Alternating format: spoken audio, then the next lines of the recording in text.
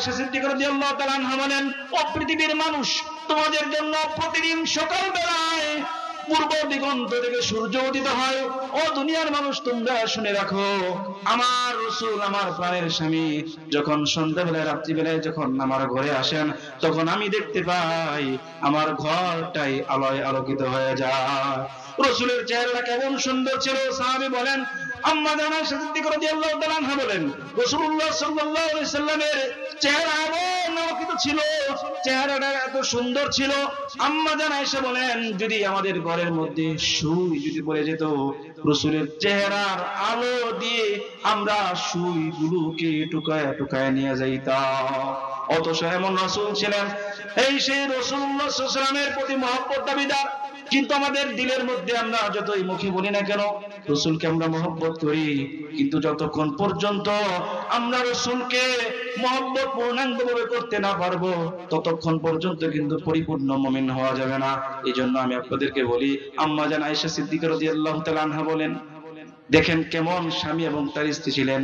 আম্মা জান আয়েশা বলেন, আমি গোশতের মধ্যে, যেই জায়গার মধ্যে, যেই হাড়ের মধ্যে কামড় দিতাম, আমি দেখতে পাইতাম বিশ্বনবীকে, দেখতে পাইতাম রাসূলকে আমি দেখতাম। আমি হাড়ের মধ্যে যেই জায়গায় কামড় দিতাম, বিশ্বনবীকে দেখতাম, সেই জায়গায় গিয়ে রাসূলও হাড়ের মধ্যে কামড় দিতেন। শুধু তাই নয়, আম্মা জান আয়েশা বলেন, আমি গ্লাসের মধ্যে যেই জায়গায় ঠোঁট লাগায়া পানি পান করতাম, আমি রাসূলকে দেখতে পাইতাম। রাসূলুল্লাহ সাল্লাল্লাহু আলাইহি সাল্লাম গ্লাসের মধ্যে সেই জায়গায় ঠোঁট লাগিয়ে পানি পান করতেন। এইজন্য রব্বুল আলামিন কুরআনুল কারীমের মধ্যে বলেন, ইয়া আইয়ুহান নাসু ইন্না খালাকনাকুম মিন যাকারিন ওয়া উনসা وَجَعَلْنَاكُمْ شُعُوبًا وَقَبَائِلَ لِتَعَارَفُوا। আল্লাহ রাব্বুল আলামিন বলেন, নিশ্চয় আমি মানুষকে সৃষ্টি করেছি, ইন্না ইয়া আইয়ুহান নাসু ইন্না খালাকনাকুম, হে মানুষ আমি তোমাদেরকে সৃষ্টি করেছি, ইন্না খালাকনাকুম মিন যাকারিন ওয়া উনসা, আমি যেরকম ভাবে পুরুষ বানিয়েছি, নারীও বানিয়েছি, এবং তাদেরকে বিভিন্ন গোত্রে, বিভিন্ন গোত্রের শাখা প্রশাখার মাধ্যমে তাদেরকে দিয়েছি। আমাদের আদি পিতা হলো কে? আদম আলাইহিস সালাতু সালাম। আদম আলাইহিস সালাতু সালামকে আল্লাহ পাক রব্বুল আলামিন বানানোর পর আদম আলাইহিস সালাতু সালাম থেকে বানিয়েছেন তার স্ত্রী হাওয়া আলাইহিস সালাতু সালামকে।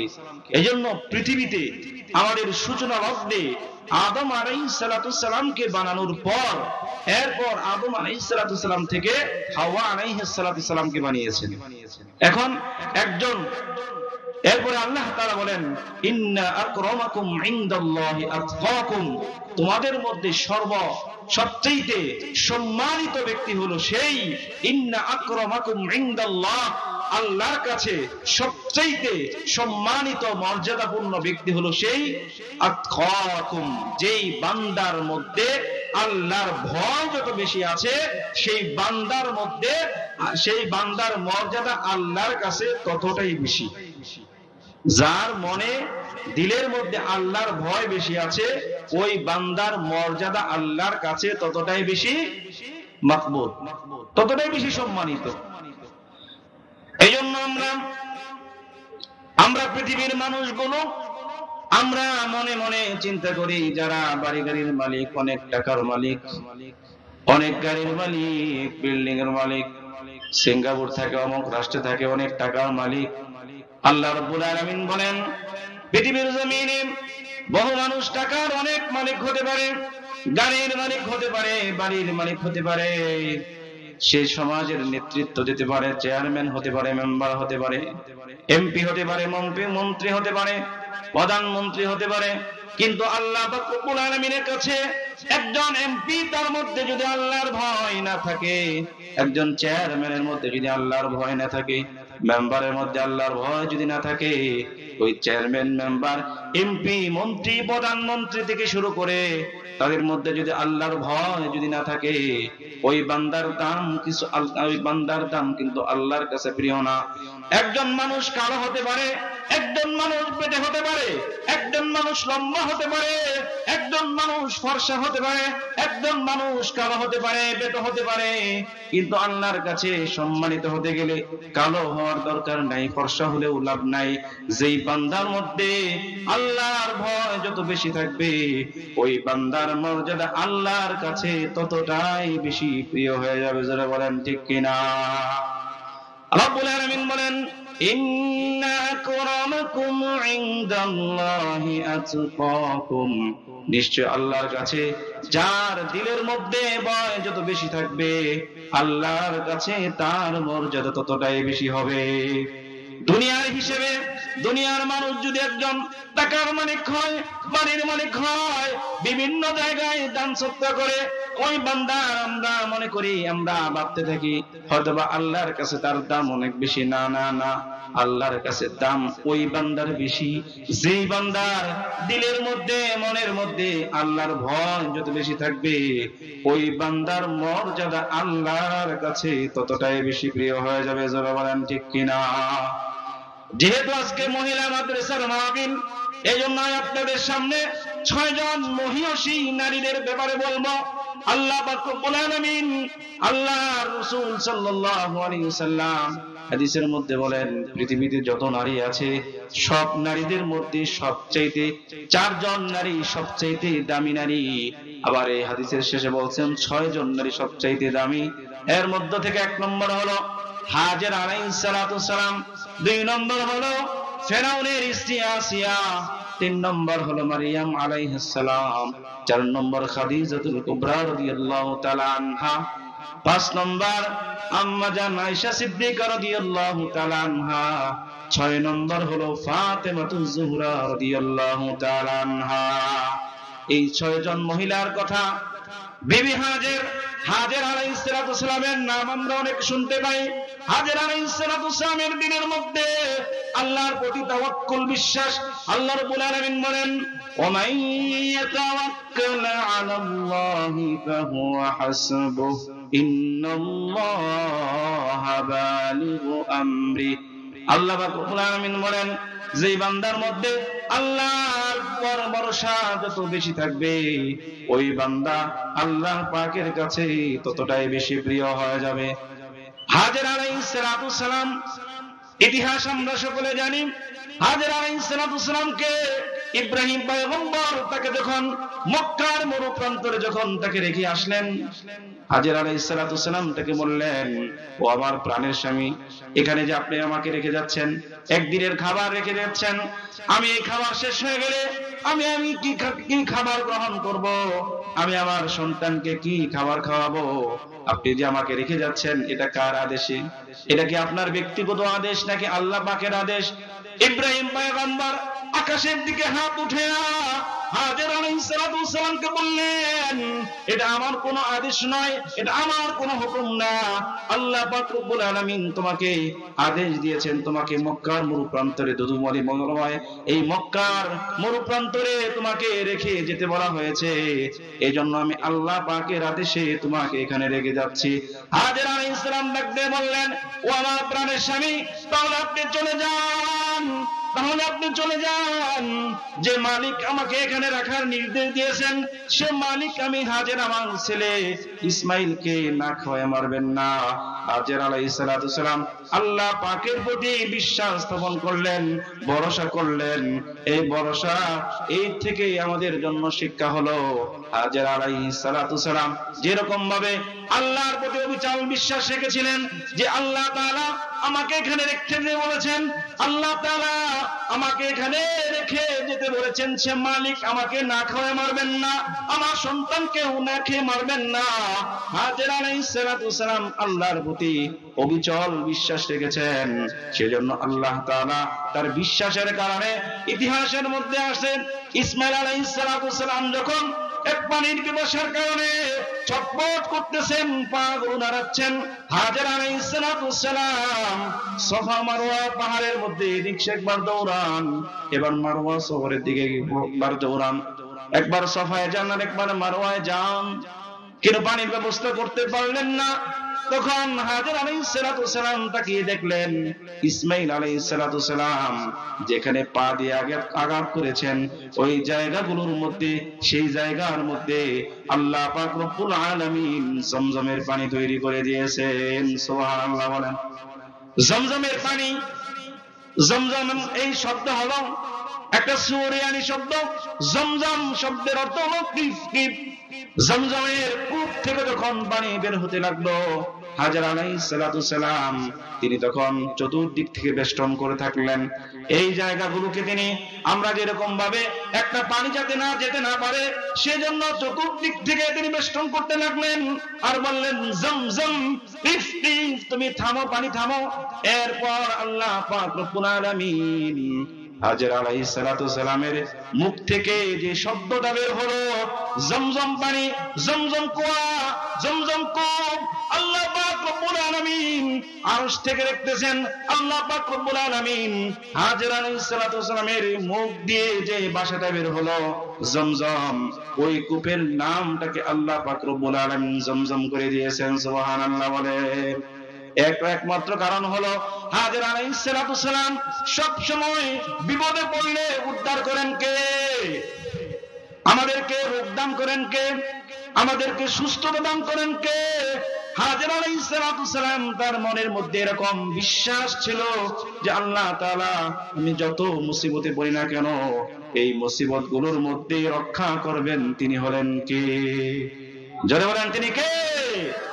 এই জন্য আমরা যদি কষ্টের মধ্যে থাকি, আল্লাহ রাসূল সাল্লাল্লাহু আলাইহি ওয়াসাল্লাম হাদিসের মধ্যে বলেন একজন মুমিন বান্দা সে যদি কষ্টের মধ্যে পতিত হয়, তার মধ্যে যদি কষ্ট আসে, সে যদি সবর করে ধৈর্য ধারণ করে, আল্লাহ পাক রব্বুল আলামিন মুমিন বান্দার সবরের বদৌলতে আল্লাহ তাআলা তারকে নেক দান করবেন। সুবহানাল্লাহ বলে।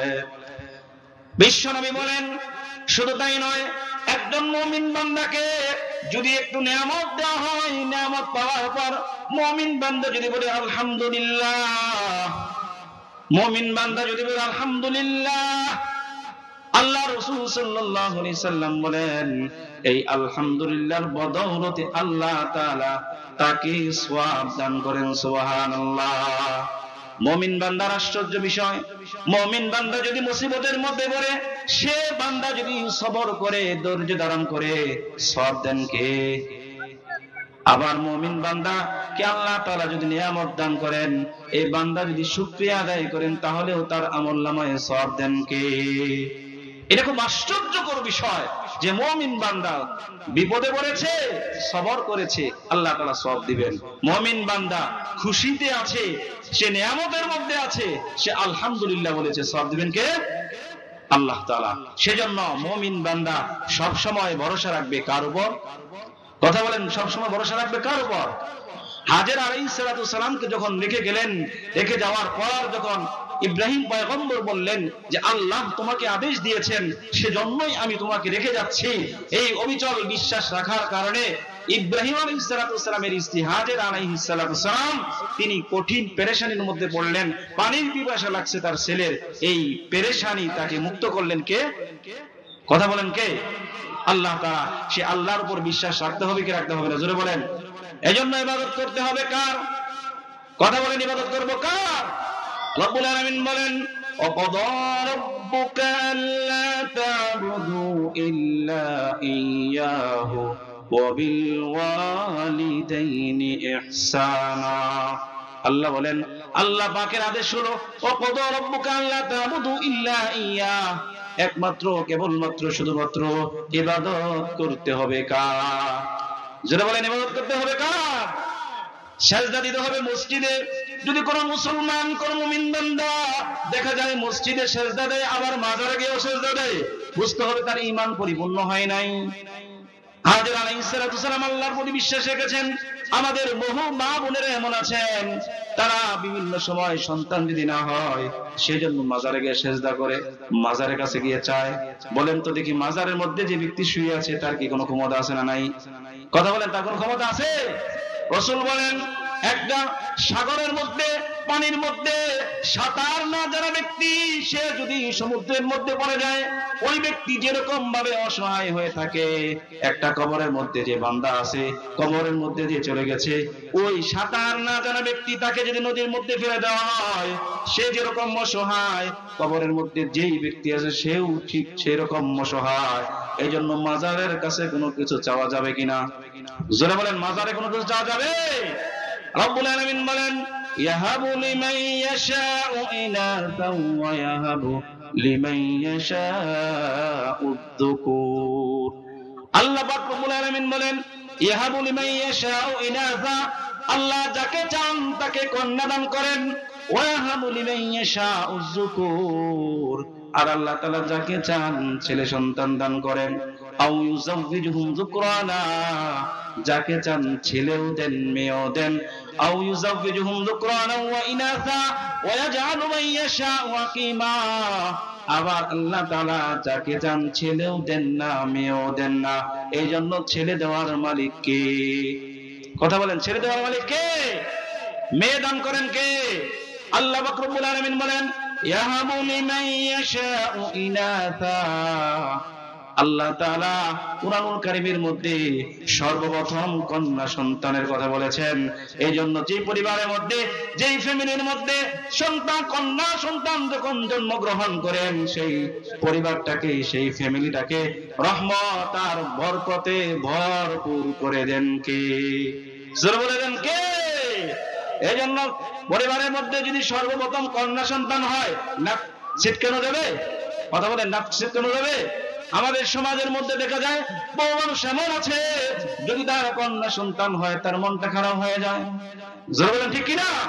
এই জন্য পুত্র সন্তান যদি জন্মগ্রহণ করে তার দিল খুশি হয়ে যায়। অথচ আল্লাহ বলেন, যাকে চান ছেলে দেন, যাকে চান মেয়ে দেন, আবার যাকে চান ছেলেও দেন মেয়েও দেন, আবার যাকে চান কোনো কিছুই দান করেন না। এই জন্য বলেন, সন্তান দেওয়ার মালিক কে? কথা বলেন, সন্তান দেওয়ার মালিক কে? মাজারের কাছে গিয়ে সন্তান চাওয়া যাবে? মাজারে সেজদা দেওয়া যাবে? সন্তান চাইতে হবে কার কাছে? জোরে বলেন, সন্তান চাইতে হবে কার কাছে? রব্বুল আলামিন সূরাতুজ যারিয়াতের 56 নম্বর আয়াতে বলেন, ওয়ামা খালাকাতুল জিন্না ওয়াল ইনসা ইল্লা লিয়াবুদুন, আমি মানুষ এবং জিন জাতিকে কেবলমাত্র শুধুমাত্র আমার ইবাদতের জন্য সৃষ্টি করেছি। আমরা প্রত্যেক সালাতের মধ্যে বলি, ইহদিনাস সিরাতাল মুস্তাকিম, হে আমাদের রব তুমি আমাদেরকে সঠিক পথ দেখাও। আল্লাহ পাক রব্বুল আলামিন কুরআনুল কারীমের আরেক জায়গায় বলেন, ওয়া আনি'বুদুনি হাযা সিরাতুম মুস্তাকিম, তোমরা যদি আমার ইবাদত করো, ওয়া আনি'বুদুনি, তোমরা আমার ইবাদত করো, হাদা সিরাতুম মুস্তাকিম, এটাই হলো সিরাতে মুস্তাকিম। ইবাদত করব কতক্ষণ? দেহে প্রাণ থাকবে যতক্ষণ, ইসলাম মানব কতক্ষণ? দেহে প্রাণ থাকবে যতক্ষণ। রব্বুল আলামিন বলেন, ওমান ইয়াবতাগি গায়রাল ইসলামি দীনান ফালান ইউকবালা মিন, ইসলাম ধর্ম ছাড়া যে অন্য কোন ধর্ম অবলম্বন করবে, এই কাজ কিন্তু আল্লাহ তাআলা কবুল করবেন না। ইসলাম ধর্ম ছাড়া অন্য কোন ধর্ম অবলম্বন যারা করবে, এদের আমল আল্লাহর কাছে কবুল হবে? যারা বলেন, কবুল হবে? কবুল হবে না। এই জন্য ইবাদত করব কার? কথা বলেন, ইবাদত করতে হবে কার? আল্লাহ তাআলার। ইবাদত করব কতক্ষণ? দেহের মধ্যে প্রাণ থাকবে যতক্ষণ। রব্বুল আলামিন বলেন, ওয়াবুদু রাব্বাকা হাত্তা ইয়াতিয়াকাল ইয়াকিন, তোমরা ইবাদত করবে মৃত্যু আসার আগ পর্যন্ত। আমি আপনাদেরকে 6 জন মহিলার কথা বলেছিলাম। 1 নম্বর বলেছিলাম হাজের আলাইহিস সালাতু সালাম। হাজের আলাইহিস সালাতু সালাম বিপদে পড়লেন, মুসিবতে পড়লেন, এখান থেকে রক্ষা করলেন কে? কথা বলেন, রক্ষা করেছেন কে? আল্লাহ তাআলা। কেন? কারণ তার আল্লাহর উপর অবিচল বিশ্বাস থাকতে হবে। একজন মুমিন পুরুষ হিসাবে, নারী হিসাবে সে যতক্ষণ পর্যন্ত আল্লাহ তাআলার উপর পরিপূর্ণ বিশ্বাস না রাখতে পারবে, ঈমান না রাখতে পারবে, বুঝতে হবে আল্লাহর প্রতি বিশ্বাস না রাখলে তার ঈমান পরিপূর্ণ হবে না। 2 নম্বর যে মহিলার কথা বলেছিলাম, আসিয়া। তার নাম কি ভাই? আসিয়া।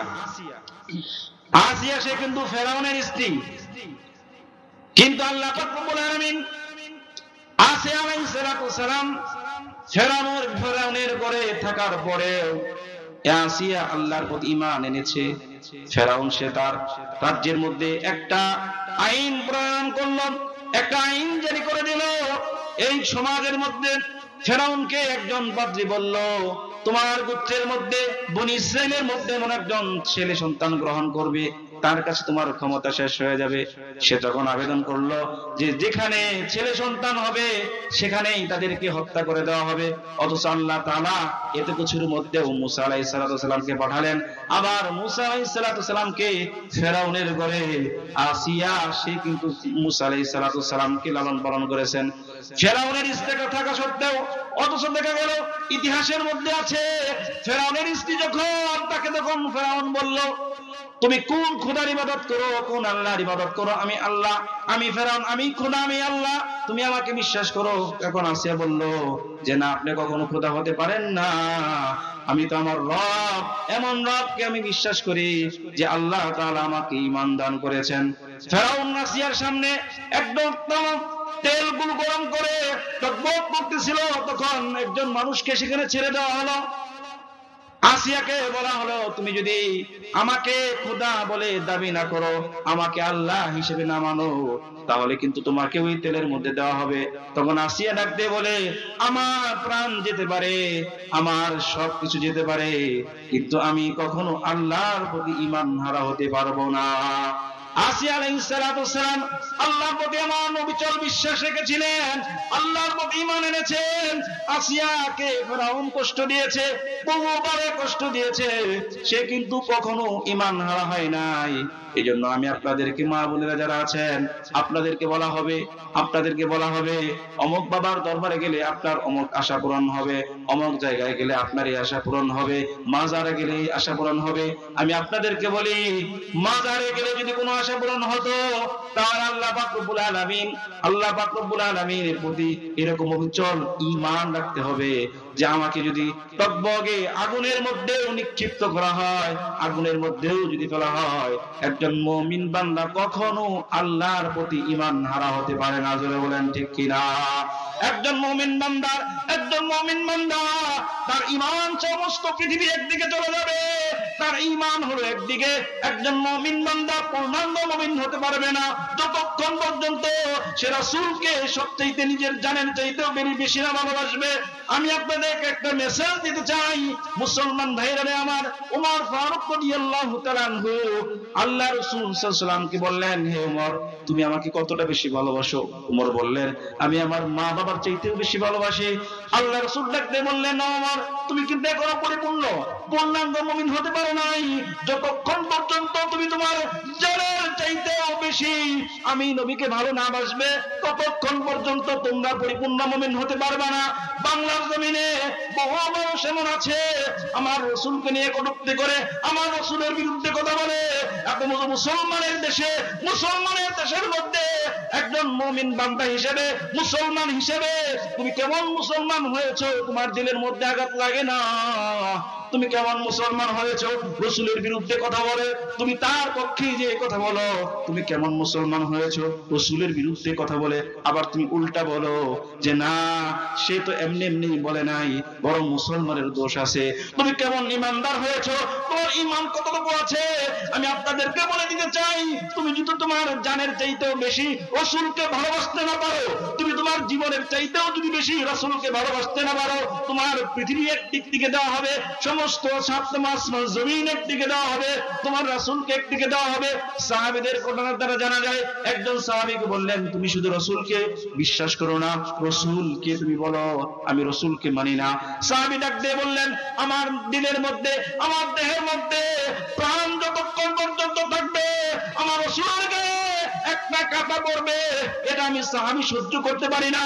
আমরা কেমন মুসলমান হয়েছি, রাসূলের বিরুদ্ধে কথা বলে তুমি তোমার দলের বিরুদ্ধে যাইতে পারো না, রাসূলের বিরুদ্ধে কথা বলে তুমি তোমার গোত্রের বিরুদ্ধে যাইতে পারো না, রাসূলের বিরুদ্ধে কথা বলে তুমি তারপরেও হিন্দুত্ববাদীর, তারপরে তুমি তার পক্ষ গ্রহণ করো। মুসলমান ভাইরারে আমার, শুধু বোঝাবার জন্য বলি, তোমার মধ্যে বুঝতে হবে এখন পর্যন্ত পূর্ণাঙ্গ ইমানদার হতে পারো নাই। আজকে মুসলমান আমরা নিজেদেরকে ইমানদার দাবি করি, আমরা নিজেদেরকে বলতে থাকি আমরা ইমানদার, আমরা আশিক রাসূল। মনে রাখবা, যতক্ষণ পর্যন্ত তুমি তোমার জীবনের চাইতেও বেশি রাসূলকে ভালোবাসতে না পারবে, ততক্ষণ পর্যন্ত তুমি পূর্ণাঙ্গ মুমিন হতে পারবা না। 3 নম্বর যে কথাটা বলতেছিলাম, মারিয়াম আলাইহিস সালামের ব্যাপারে আল্লাহ পাক রব্বুল আলামিন মারিয়ামের ঈমান ইয়াকিন কত বিশ্বাস ছিল, আমি শুধু বোঝাবার জন্য বলি, মারিয়াম আলাইহিস সালামের গর্ভের মধ্যে আল্লাহ পাক রব্বুল আলামিন ঈসা আলাইহিস সালামকে পাঠালেন। ঈসা আলাইহিস সালামের কিন্তু বাপ ছাড়া আল্লাহ তাআলা পাঠাইলেন। এর দ্বারা আল্লাহ তাআলা বুঝাইতে যাচ্ছেন, মারিয়াম আলাইহিস সালাম এর নামে কালামুল্লাহর মধ্যে আল্লাহ পাক রব্বুল আলামিন একটা সূরা অবতীর্ণ করেছেন, সূরা মারিয়াম নামে। কাফা ইয়া আইন সাদ। মারিয়াম আলাইহিস সালাম তার খানু জাকারিয়া আলাইহিস সালাম মারিয়াম আলাইহিস সালামকে খাবার দেওয়ার জন্য জাকারিয়া আলাইহিস সালাম যখন গেলেন, যাওয়ার পর দেখতে পেলেন মারিয়ামের সামনের মধ্যে দেখা যায়, মারিয়ামের সামনে এমন ফল ফুল দেখা যায় যেই ফল ফুল বেমৌসুমি ফল। কাঁঠালের মৌসুমে এমনটা নয়, এখন একটা সিজন আসছে, এই সিজনের মধ্যে কাঁঠাল পাওয়া যায় না, কিন্তু জাকারিয়া আলাইহিস সালাম যখন মারিয়াম আলাইহিস সালামের ঘরে গেলেন, যাওয়ার পর দেখতে পেলেন বেমৌসুমি ফল মারিয়াম আলাইহিস সালামের ঘরে। আল্লাহ পাক কোরআনের মধ্যে বলেন, قالت هو من عند الله إن الله يرزق من يشاء بغير حساب। জাকারিয়া আলাইহিস সালাম বললেন, মারিয়াম তোমার কাছে কিভাবে এই ফলগুলো আসলো? মারিয়াম আলাইহিস সালাম ডাকতে বললেন, তার খালাকে ডাকতে বললেন, আমি যদি আমার আল্লাহকে খুশি করতে পারি, যে মালিক যিনি আমার রব যদি আমার প্রতি খুশি থাকে, আমার রব যদি আমার প্রতি সন্তুষ্ট থাকে, সেই রব আমাকে বেমৌসুম ফল খাওয়াইতে পারে। জোরে বলেন ঠিক কিনা? জাকারিয়া আলাইহিস সালাম এই দেখার পরে জাকারিয়া আলাইহিস সালামের মনের মধ্যে আসলো, জাকারিয়া আলাইহিস সালাম বলতে লাগলেন, রব্বুল আলামিন আমি তো বুড়া হয়ে গেছি, আমার চুলগুলো পেকে গেছে, আমার দাড়িগুলো পেকে গেছে, কিন্তু আল্লাহ রাব্বুল আলামিন আমার তো কোনো সন্তান নাই। এই দৃশ্য দেখার পর যে মারিয়ামকে তুমি বেমৌসুম ফল খাওয়াইতে পারো, জাকারিয়া আলাইহিস সালাম আল্লাহর কাছে দোয়া করলেন, আল্লাহ তুমি আমাকে একটা সন্তান দান করো। এই দৃশ্য দেখার পর জাকারিয়া আলাইহিস সালাম যখন দোয়া করলেন, আল্লাহ পাক রব্বুল আলামিন তার দোয়াটাকে কবুল করে নিলেন এবং জাকারিয়া আলাইহিস সালামের আল্লাহ তাআলা তাকে ইয়াহইয়া আলাইহিস সালামকে সন্তান হিসেবে দান করলেন। জাকারিয়া আলাইহিস সালাম তার মনের মধ্যে এটা কেন আসলো? মারিয়াম আলাইহিস সালাম বলতেছিলেন, মারিয়াম আলাইহিস সালাম বলেন, আমি যদি আমার মালিককে খুশি করতে পারি, আমি যদি আমার রবকে খুশি করতে পারি, আমি যদি আল্লাহকে খুশি করতে পারি, তাহলে তো আমার এমন আল্লাহ যে আল্লাহ আমাকে সব কিছু করতে পারেন। এই জন্য মুসলমান ভাইরা আমার, নারী মা বোনের আপনারা যারা আছেন, আপনাদেরকে বলি, সব সময় সর্বোপরি সব সময় আল্লাহর প্রতি এরকম বিশ্বাস রাখতে হবে, আল্লাহর প্রতি ঈমান রাখতে হবে। যদি আমরা ওই মারিয়াম আলাইহিস সালামের মতো ঈমান আনতে পারি, আমরা যদি আসিয়া আলাইহিস সালামের মতো ঈমান আনতে পারি, আমরা যদি হাজের আলাইহিস সালামের প্রতি ঈমান আনতে পারি, আল্লাহ পাক রব্বুল আলামিন আমাদের কাজগুলোকে কবুল করে দেখা যাবে। এই কাজের মাধ্যমে আল্লাহ পাক রব্বুল আলামিন ও মায়েরা ও বোনেরা আপনাদেরকেও জান্নাত দিয়ে দিবেন। জোরে বলেন ঠিক কিনা? 4 নম্বর যে কথাটা বলতেছিলাম, খাদিজাতুল কুবরা রাদিয়াল্লাহু তাআলা আনহা, আম্মা জান খাদিজাতুল কুবরা রাদিয়াল্লাহু তাআলা আনহা, তিনার ব্যাপারে ইতিহাসের মধ্যে পাওয়া যায় বিশ্বনবী একবার আম্মা জান আয়েশা সিদ্দিকা রাদিয়াল্লাহু তাআলা আনহার সাথে ছিলেন। রাত্র গভীর হয়ে গেল, গভীর রজনীতে আম্মা জান আয়েশা সিদ্দিকা রাদিয়াল্লাহু তাআলা আনহা দেখতে পেলেন তার পাশে রাসূল বিশ্বনবী তিনি শুয়ে রয় নাই। বিশ্বনবী তিনি চলে গেছেন। আল্লাহ রাসূল সাল্লাল্লাহু আলাইহি ওয়াসাল্লাম যখন চলে গেলেন, আম্মা জান আয়েশা বলেন, আমি ঘুম থেকে জাগ্রত হয়ে দেখতে পেলাম, আমি ঘুম থেকে জাগ্রত হয়ে দেখতে পাইলাম আমার পাশে রাসূলকে দেখা যায় না। তার কারণ কি? তখন আমি ঘুম থেকে জাগ্রত হয়ে রাসূলকে খোঁজার জন্য গেলাম, তালাশ করার জন্য গেলাম। আর গিয়ে দেখি রাসূল নামাজ পড়ে, নামাজের পর তিনি দোয়া করতেছেন। তিনি হাত দুখানা উঠাইয়া দোয়া করতেছেন, আল্লাহ রব্বুল আলামিন, আল্লাহ খাদিজা খাদিজা বলে দোয়া করতেছেন। আম্মা জান আয়েশা সিদ্দিকা রাদিয়াল্লাহু তাআলা আনহা বলেন, আল্লাহ রাসূলকে ডাকতে বললেন, ইয়া রাসূলুল্লাহ, ইয়া হাবিবাল্লাহ, আপনার খাদিজা কেমন মানুষ ছিল যে মানুষের কারণে আজকে আপনি আমাদেরকে ছেড়ে খাদিজার কথা স্মরণ করেন। তখন বিশ্বনবী বলেন, ও আয়েশা, তুমি কি জানো আমার খাদিজা হলো এমন খাদিজা যে সব মক্কার কাফেররা, মক্কার লোকেরা আমাকে বিভিন্ন ভাবে কষ্ট দিয়েছে। রাসূলুল্লাহ সাল্লাল্লাহু আলাইহি সাল্লামকে 3 বছর পর্যন্ত তাকে বয়কট করে রেখেছে। 3 বছর পর্যন্ত আমার সাথে খাদিজা ছিল। ও কাম, তখন আয়েশা রাদিয়াল্লাহু তাআলা আনহাকে ডাকতে বললেন, তুমি কি জানো খাদিজাতুল কুবরা রাদিয়াল্লাহু তাআলা আনহা কেমন ছিলেন? ইতিহাসের মধ্যে পাওয়া যায় বিশ্বনবী সাল্লাল্লাহু আলাইহি সাল্লাম যখন সারাদিন দিন প্রচার করতে গিয়ে যখন ঘরের মধ্যে যখন আসতেন, তখন বিশ্বনবী দরজার মধ্যে একটু আওয়াজ দেওয়ার সঙ্গে সঙ্গে তার দরজাটা খুলে যেত। এবার বিশ্বনবী ডাকতে বললেন, খাদিজা, আমি তো দরজার মধ্যে আস্তে আস্তে আঘাত করেছি, তুমি এত তাড়াতাড়ি কেমনে দরজা খুলে দাও? তখন আম্মা জান খাদিজাতুল কুবরা রাদিয়াল্লাহু তাআলা আনহা বলেন, ও রাসূলুল্লাহ, ইয়া হাবিবাল্লাহ, সারাদিন আপনি দিন কায়েম করতে গিয়ে, ইসলাম কায়েম করতে গিয়ে, ইসলামের জন্য আপনি সারাদিন কষ্ট করেন, আর বাসায় আসবেন, এখানে দাঁড়ায় থাকবেন, ও রাসূল, আপনার কষ্ট হবে, এটা আমি খাদিজা কখনো সহ্য করতে পারবো না। আম্মা জান খাদিজাতুল কুবরা রাদিয়াল্লাহু তাআলা আনহা একজন স্বামী ভক্ত মানুষ। এই খাদিজাতুল কুবরা রাদিয়াল্লাহু তাআলা আনহার মতো গুণ তৈরি হবে স্কুলে দিলে না মাদ্রাসায় দিলে? কথা বলে, স্কুলে দিলে হবে না মাদ্রাসায় দিলে হবে? এইজন্য আম্মা জান খাদিজাতুল কুবরা রাদিয়াল্লাহু তাআলা আনহার মতো গুণ যদি তৈরি করতে চাও, হাজেরা আলাইহিস সালামের মতো গুণ যদি তৈরি করতে চাও, মারিয়াম আলাইহিস সালামের মতো যে গুণ তৈরি করতে চাও, তাহলে আমাদের মেয়েদেরকে ধর্মীয় শিক্ষায় তাদেরকে দিতে হবে। আমাদের সমাজের মধ্যে কিছু মানুষ এমন শোনা যায়, ছেলেদেরকে খুব গুরুত্ব দেয় কিন্তু মেয়েদেরকে গুরুত্ব দেয় না। রাসূল বলছেন, একজন পুরুষ, নর নারী প্রত্যেকটা মানুষের জন্য ধর্মীয় ইলম শিক্ষা করা ফরজ। একজন পুরুষের জন্য যেরকম ভাবে কালেমা শিক্ষা করা, নামাজ শিক্ষা করা, ওযু শিক্ষা করা একজন পুরুষ ব্যক্তির জন্য যেরকম ভাবে ফরজ, একজন নারীদের জন্য ঠিক সেই রকম ভাবে ফরজ।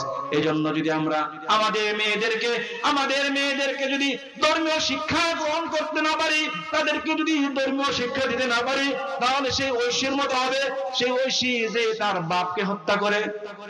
আমরা যদি আমাদের মেয়েদেরকে আমরা ধর্মীয় শিক্ষায় যদি গ্রহণ করতে না পারি, দেখা যাবে শিয়া বা করবে, দেখা যাবে সে স্বামীর কথা শুনবে না।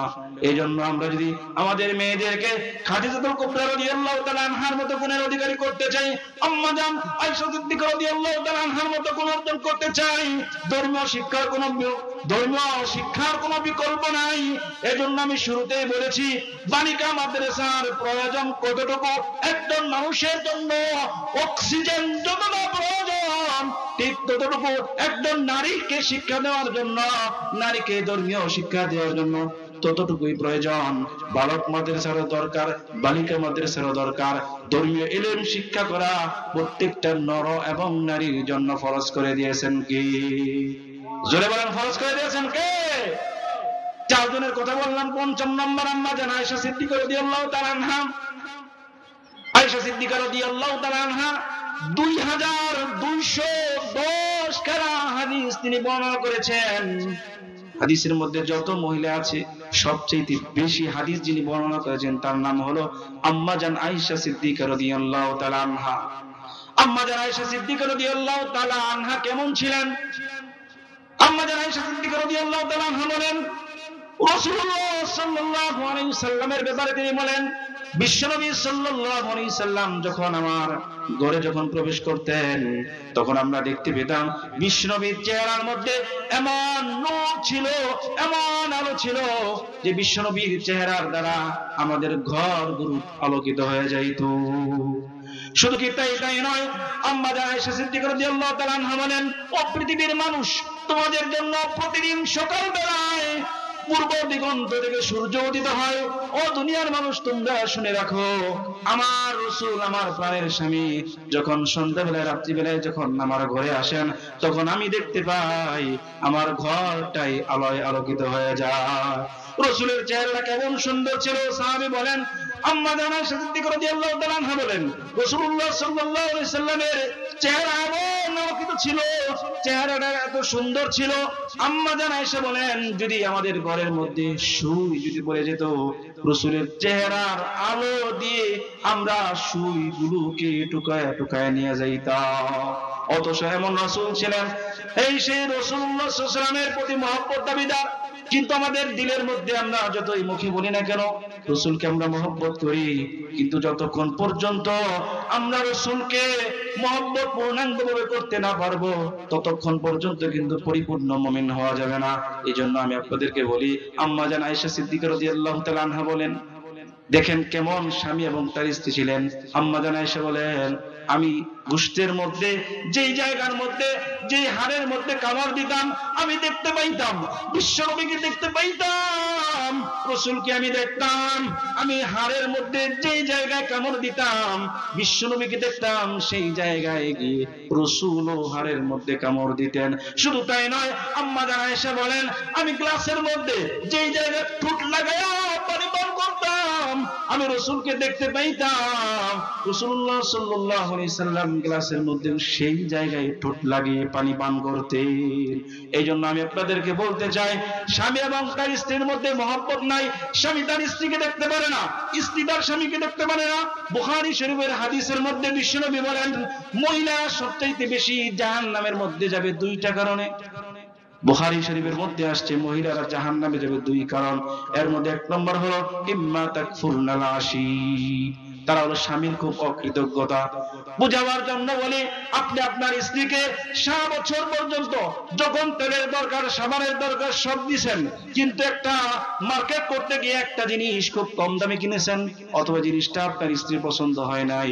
যখন এই জিনিসটা তার কাছে নিয়ে যাওয়া হয়, তখন আপনার স্ত্রী আপনাকে ডাক দিয়ে বলে, আমি দেখে তোমার ঘর করে গেলাম, আমার জায়গায় আমি এমন সুন্দর রমণী, আমি এত সুন্দরী মানুষ, আমার জন্য কত এমপি মন্ত্রী বিবাহের প্রস্তাব দিয়েছে, কিন্তু আমার বাবা দেয় নাই।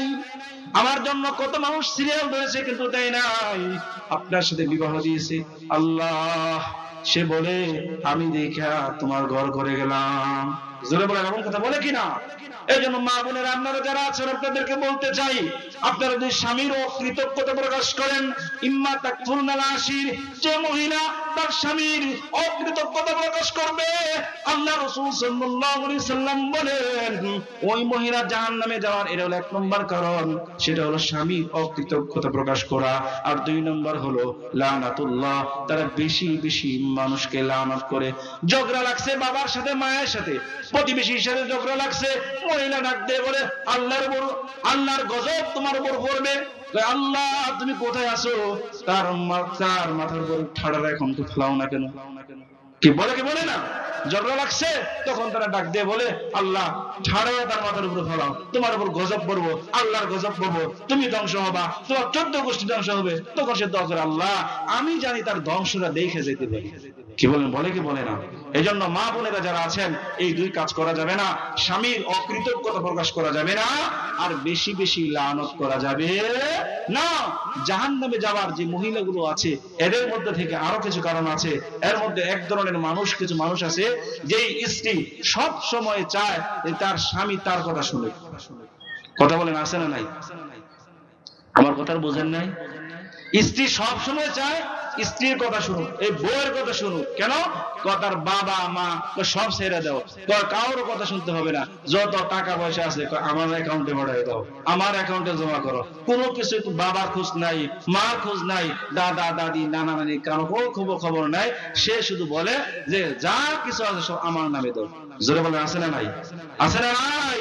পৃথিবীর মধ্যে আমরা দেখতে পাই যে এই সমস্ত মানুষেরা এরা বউর নামে অ্যাকাউন্ট খুলে এরা বিদেশের বাড়িতে থাকে, দিন শেষে দেখা যায় তার বউ নাই, অ্যাকাউন্টও নাই। এরকম বহু মানুষ এমন আছে তারা নিঃস্ব হয়ে এখন তারা চলে আসছে। এই জন্য আমি আপনাদেরকে বলতে চাই যে মা বোনেরা আপনারা যারা আছেন এই স্বামীকে এই কাজটা করবেন না। আবার কিছু কিছু এমন মহিলা আছে যে স্বামীকে খোঁটা দেয়। কি দেয়? খোঁটা দেয়, যে হ্যাঁ তাকে খাটায়, খোটা দেয়, বলে যে আমার খাইয়া আমার বইরা আমার বাবা তোমাকে 2 লক্ষ টাকা দিছে আর আমাকে তোমাকে এই দিয়েছে। এজন্য আমি আপনাদেরকে বলি, যারা যুবক ভাইরা যারা আছেন, আমরা যারা আছি, যখন বিবাহ করব, বিবাহ করতে গিয়ে যৌতুক নেওয়া যাবে? কথা বলেন, যৌতুক নেওয়া যাবে? যৌতুক নেওয়া এটা হলো হারাম। যৌতুক নেওয়া হারাম, যৌতুক নেওয়া হারাম। আমাদের সমাজের এমন দেখা যায় কিছু মানুষ আমরা এমন আছি, তারা দাদারা বলে যে বিবাহ করাইতে যখন যায় তখন বলে এই কথা বলে যে আচ্ছা আমি তো আমার ছেলেকে বিবাহ করাবো, আপনি আপনার মেয়েকে দিবেন, সুতরাং একটা মোটরসাইকেলই দেন। এটা যৌতুক হিসেবে দিতে হবে না। কেমনে দেব?